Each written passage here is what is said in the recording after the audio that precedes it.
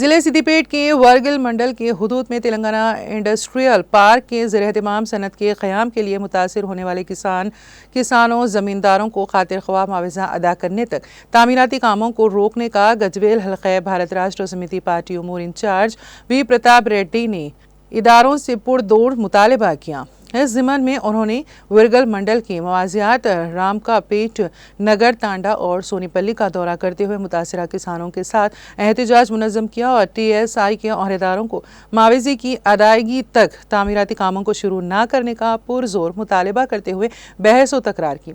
इस मौके पर अहदेदारों ने वाज़ेह किया कि मुतासरा किसानों को मुआवजा और मुतबादल अराजियात के लिए रियासती हुकूमत को तजावीज़ रवाना किए गए हैं। इस मौके पर बात करते हुए वी प्रताप रेड्डी ने कहा कि जिले सिद्दीपेट के साबिक़ कलेक्टर P वेंकटराम रेड्डी ने DSI के अहदेदारों को सनत के क़याम के लिए 1150 एकड़ अराजी मुख्तस की थी। ताहम कुछ नागज़ीर वजूहात की बिना पर पेशरफ्त ना हो सकी। उन्होंने मौजूदा कीमतों पर मुआवजा अदा करने का मुतालबा किया। First phase, second phase, third phase కింద 1150 ఎకరాలు టీఆర్ఎస్ గవర్నమెంట్లో ల్యాండ్ ఎక్విజిషన్ చేయడం జరిగింది. అప్పుడు ఉన్నటువంటి కలెక్టర్ వెంకటరామరెడ్డి గారి ఆధ్వర్యంలో ఈ ల్యాండ్ ఎక్విజిషన్ చేసినాం. ఎకరానికి 10 లక్షల రూపాయలు, 250 గజాల ప్లాటు. ఇంట్లో ఇద్దరు అన్నదమ్ములు ఉంటే ఇద్దరు అన్నదమ్ములకు కూడా ప్లాట్లు ఇవ్వాలని చెప్పేసి ఆ రోజు కలెక్టర్ గారి సమక్షంలో ఒప్పుకోవడం జరిగింది. అప్పుడు అధికారంలో ఉన్నటువంటి టీఆర్ఎస్ పార్టీ మీద, కేసీఆర్ గవర్నమెంట్ మీద అపోజిషన్లో ఉన్నటువంటి కాంగ్రెస్ పార్టీ నాయకులు పొన్నం ప్రభాకర్, అదేవిధంగా జీవన్ రెడ్డి గారు, కోదండరామరెడ్డి గారు, రాజు నరసింహ గారు, చాలామంది కాంగ్రెస్ పార్టీ నాయకులు ఈ గ్రామానికి రావడం జరిగింది.